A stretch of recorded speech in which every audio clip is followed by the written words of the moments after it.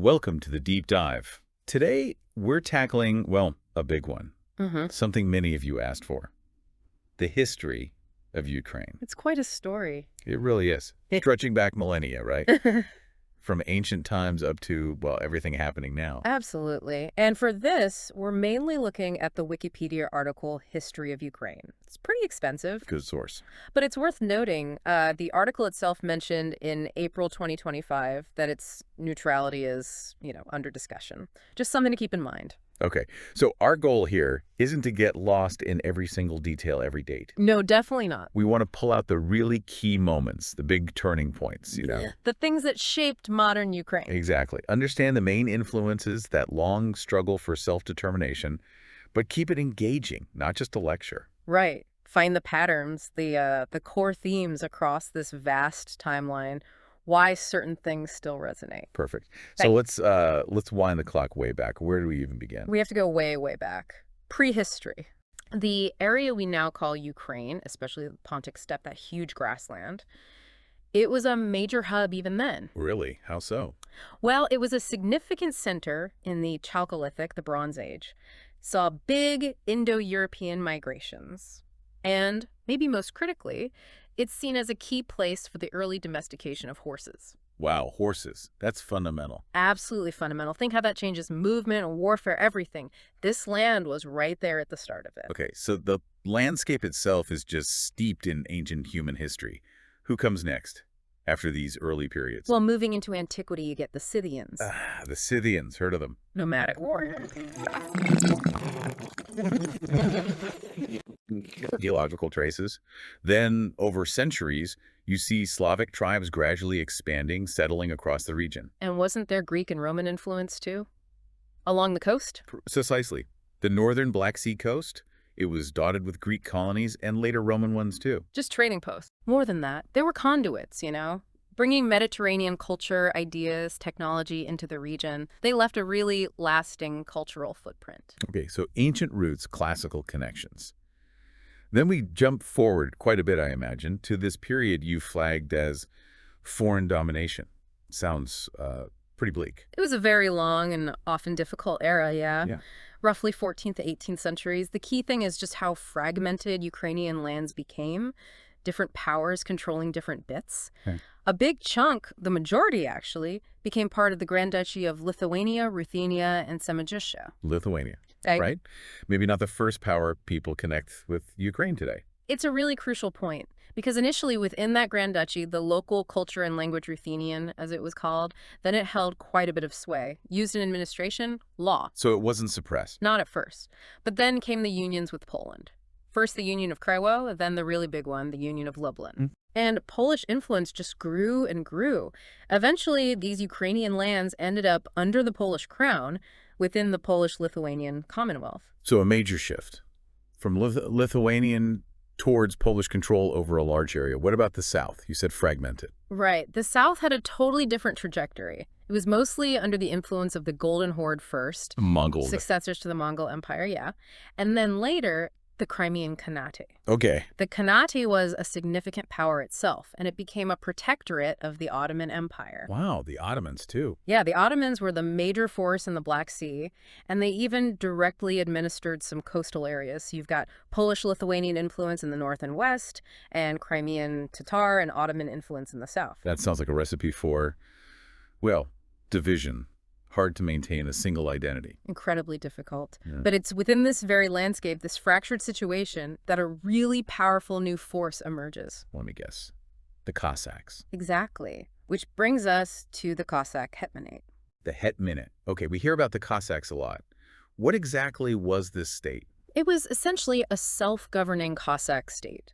It properly emerged in the mid-17th century after a massive uprising. The Khmelnytsky Uprising. That's the one. A huge rebellion against Polish rule. A real social and political earthquake. Must have been devastating. It was. In Ukrainian history, this whole period is often called the Ruin. Just reflects the chaos and conflict. Interestingly, Polish history calls a similar period the Deluge, showing the scale of devastation across the whole Commonwealth. So out of this chaos, the Hetmanate rises. Yeah. What was it like? Semi-independent? Semi-autonomous, yeah. It was formally recognized for a time by the Treaty of Zworyw, still within the Polish-Lithuanian Commonwealth, but its existence was incredibly precarious. Squeezed between giants. Totally squeezed. You had the Ottomans, the Commonwealth itself wanting control back, the Crimean Khanate, and critically, the rising power of the Tsardom of Moscow, all pushing and pulling. An impossible balancing act, sounds like. It really was.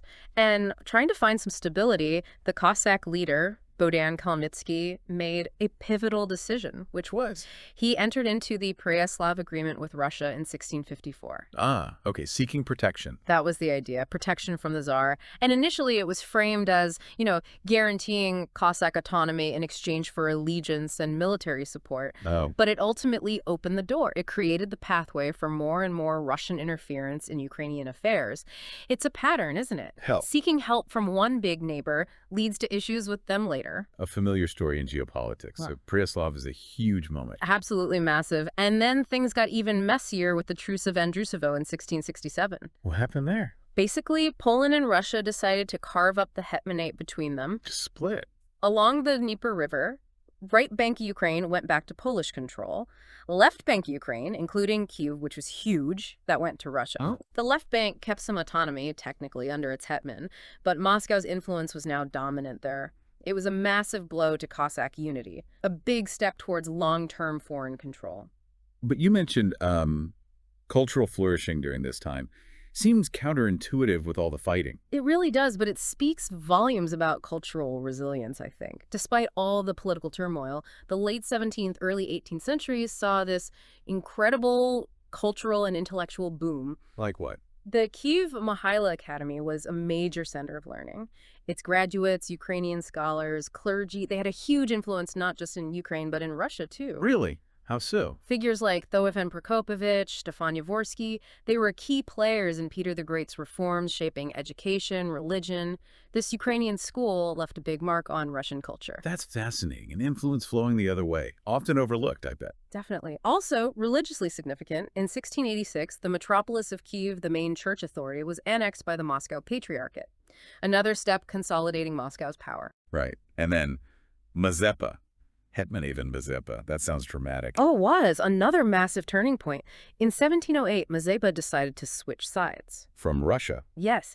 He allied with Sweden against Russia during the Great Northern War. He was hoping to achieve, real independence for Ukraine. Risky. Hugely risky. And Peter the Great's reaction was swift and brutal. The Russian army sacked Baturin, the Hetmanate capital, a terrible massacre. Oh, no. Mazepa's gamble failed completely at the Battle of Poltava in 1709. Swedish-Ukrainian forces were crushed. And the consequence. Much, much tighter Russian control over the Hetmanate.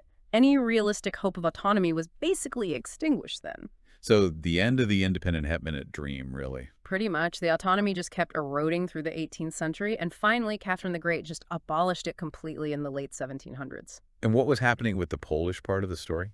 Well, the Polish-Lithuanian Commonwealth was getting weaker itself. Russia, Austria, Prussia, they were circling. This leads to the partitions of Poland. Right. Poland gets carved up. Exactly. And Russia gets huge swaths of Ukrainian territory that had been under Polish rule. So even more land under Russian control. Yes.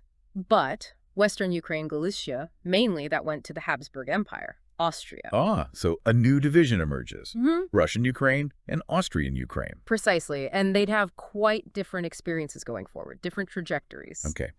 You also mentioned liquidating the Zaporozhian Sich. What was that about? The Sich was like the historical heartland of the Cossacks, right? A unique semi-autonomous territory. Right. But after Russia won big against the Ottomans in the 1770s, the Treaty of Kusuk-Kainarka, Russia controlled the lands the Sich used to defend. So the Cossacks weren't needed there anymore, in Yeah. Russia's view. Essentially, yes, their strategic value diminished. So in 1775, Catherine the Great ordered its destruction. Destroyed it. Yep. Arrested the last leader, Petro Kaniszewski, scattered the Cossacks, some went to Ottoman territory, formed the Dinavian Sich, others were moved to the Kuban region in Russia. It was the end of an era, the end of that unique Cossack way of life. Wow, okay. And quickly, the Haidamak uprisings. What were they? They were rebellions, mainly peasant uprisings, in right bank Ukraine, the part still under Polish rule. Against Polish landlords. Exactly. Driven by harsh conditions, forced labor, religious issues, these Haidamak bands attacked estates, towns, targeting Polish nobles, Clergy, sometimes Jewish communities who often managed estates. Sounds violent. Very. The biggest was Kolyevshchina in 1768, brutally put down by Polish and Russian forces working together, actually. It highlights the deep social and ethnic tensions there. So constant struggle. And by the end of the 18th century, Most of Ukraine is under Russian rule. The second partition of Poland in 1793 brought right-bank Ukraine into the Russian Empire. Catherine the Great's reign basically consolidated Russian control over the vast majority of Ukrainian lands. okay, so that sets the scene for the 19th century. Life within these empires, but also a national revival starting. Exactly. The 19th century. Big changes. The 1861 emancipation of serfs in Russia. Huge impact in Ukraine, where so many were serfs. Freedom, but challenges. Yes. Freedom, but also heavy taxes, land shortages. Many people migrated to cities. Industry started growing. But Ukraine also became this massive agricultural engine for the Russian Empire, the breadbasket. Right. And amidst all that change, a sense of Ukrainian identity starts to really blossom. It does. Late 18th, but especially 19th century, you see modern Ukrainian literature emerge. Ivan Kotlяревsky, using the vernacular language. And then bigger names. Oh, yeah. Taras Shevchenko, iconic. Mikhailo Kostyubinsky, Lesia Ukrainka in the Russian part. And over in Austrian Galicia, Ivan Franko, a real flourishing. And an intelligentsia forming. Yes, a new group, often not from the nobility, pushing for Ukrainian rights, cultural recognition, challenging the old order. How did the Russian Empire react to that? Not well, I imagine. Not well at all. They saw it as a threat, actively suppressed Ukrainian language and culture. How? Key laws, the value of circular in 1863, then the MZukaz in 1876, severely restricted Ukrainian language in print, schools, even theater. Ukrainian schools were shut down. So where did people go? Many intellectuals fled west to Austrian-ruled Galicia, where there was more freedom. Ironically, the repression kind of fueled the movement. So a very different experience under Austria. Different, yeah. Still complex. Initially, some Russophilia there, affinity towards Russia. But with the influx of intellectuals fleeing Russia and the Austrians sort of seeing Ukrainians as a counterweight to the Poles. Ah, plain politics. Right. It shifted towards Ukrainophilia, focusing on Ukrainian identity. And this revival in Galicia then fed back into Russian Ukraine, a cross-pollination. Okay, so this simmering national feeling sets the stage for the chaos of the early 20th century. World War I, empires collapsing. Exactly. Total upheaval. Russian Empire collapses. Austro-Hungarian Empire collapses. And in that vacuum, Ukrainians declare statehood. Two states initially. Yes.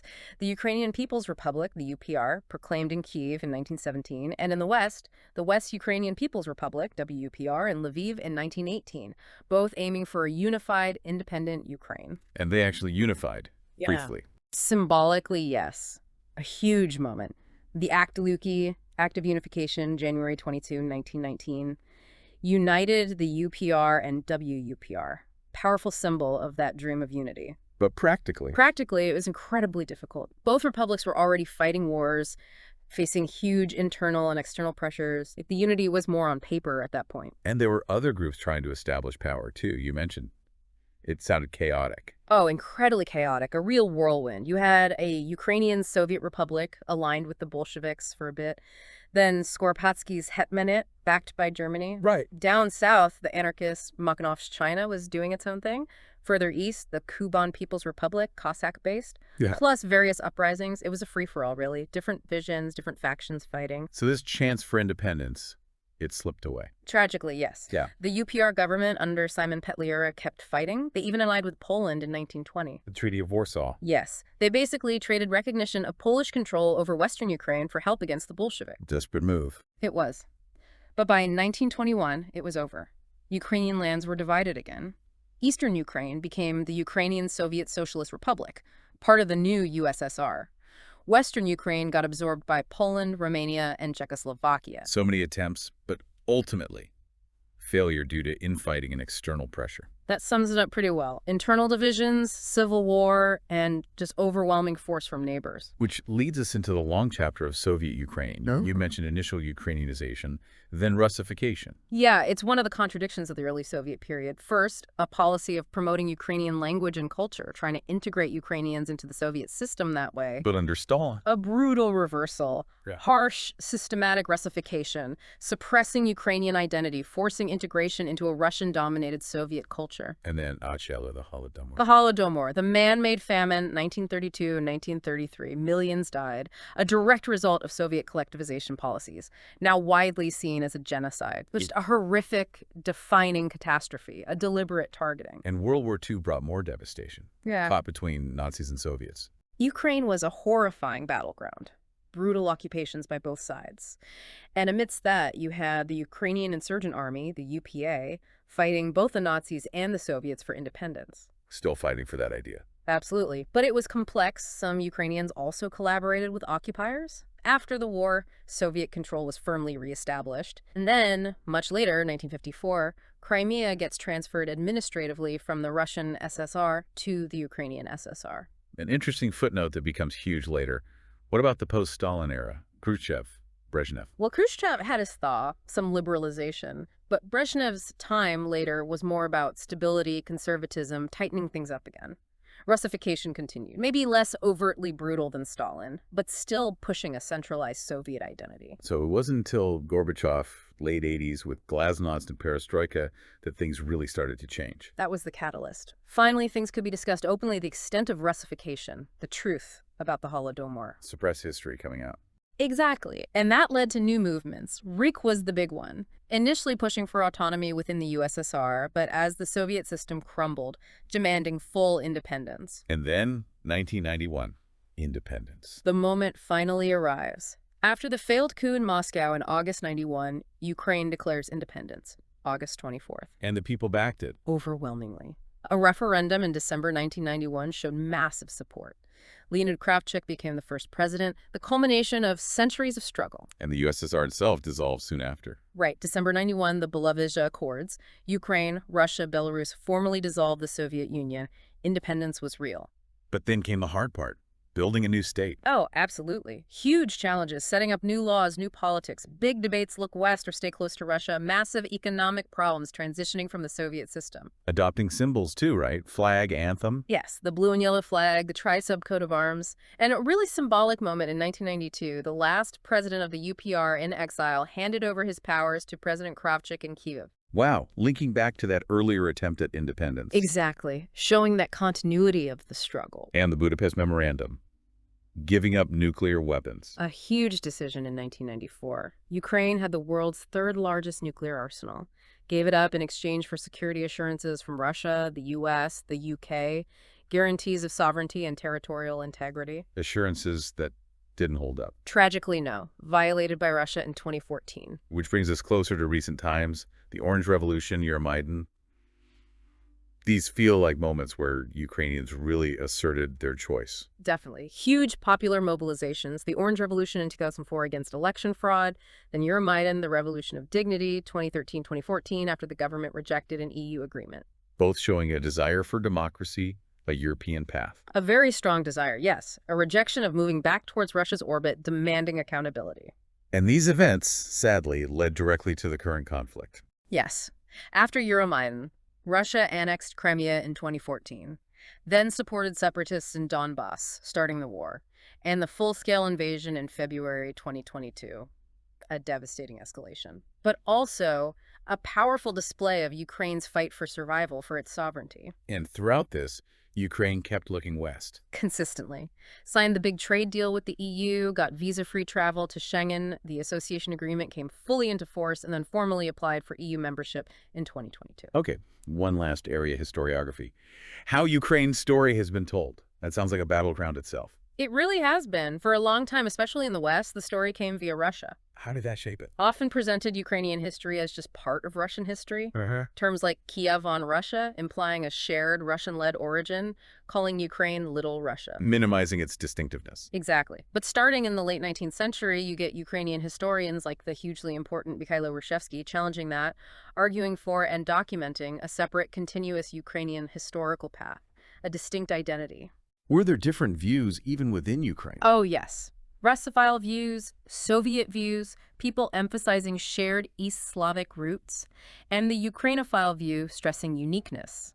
Since independence, the Ukrainophile school has become dominant, understandably. And now, Any new trends? More focus now on multi-ethnic history, transnational connections, trying to integrate the stories of all the groups within Ukraine, Tatars, Poles, Jews. And, well, given current events, there's less emphasis on narratives that frame Russia as a kind of historical partner or co-host.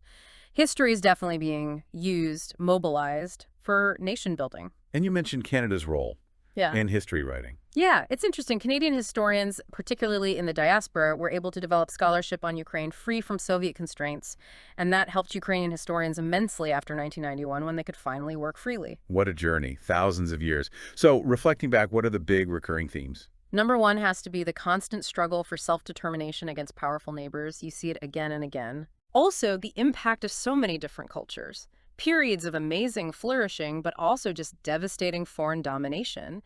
And through it all, this persistent, resilient pursuit of a distinct Ukrainian identity. For me, learning about that Ukrainian intellectual influence on Russia back in the 17th, 18th centuries, that was really eye-opening. Challenges the usual flow of influence narrative. It really does. Shows the complexity, the back and forth that often gets missed. Okay, so to wrap up this deep dive, a final thought for our listeners to chew on. Maybe this. Considering this incredibly long, complex history, centuries of fighting for sovereignty, defining identity against huge pressures, what can Ukraine's past teach us about the challenges nations still face today? Especially those striving for self-determination in a world that still has powerful empires and constantly shifting alliances. That's definitely something to think about. Thank you so much for guiding us through that. It's been fascinating. My pleasure. It's a vital story to understand. Absolutely. And thank you all for joining us. We hope this deep dive gave you a richer perspective. If you have thoughts or questions, please do share them.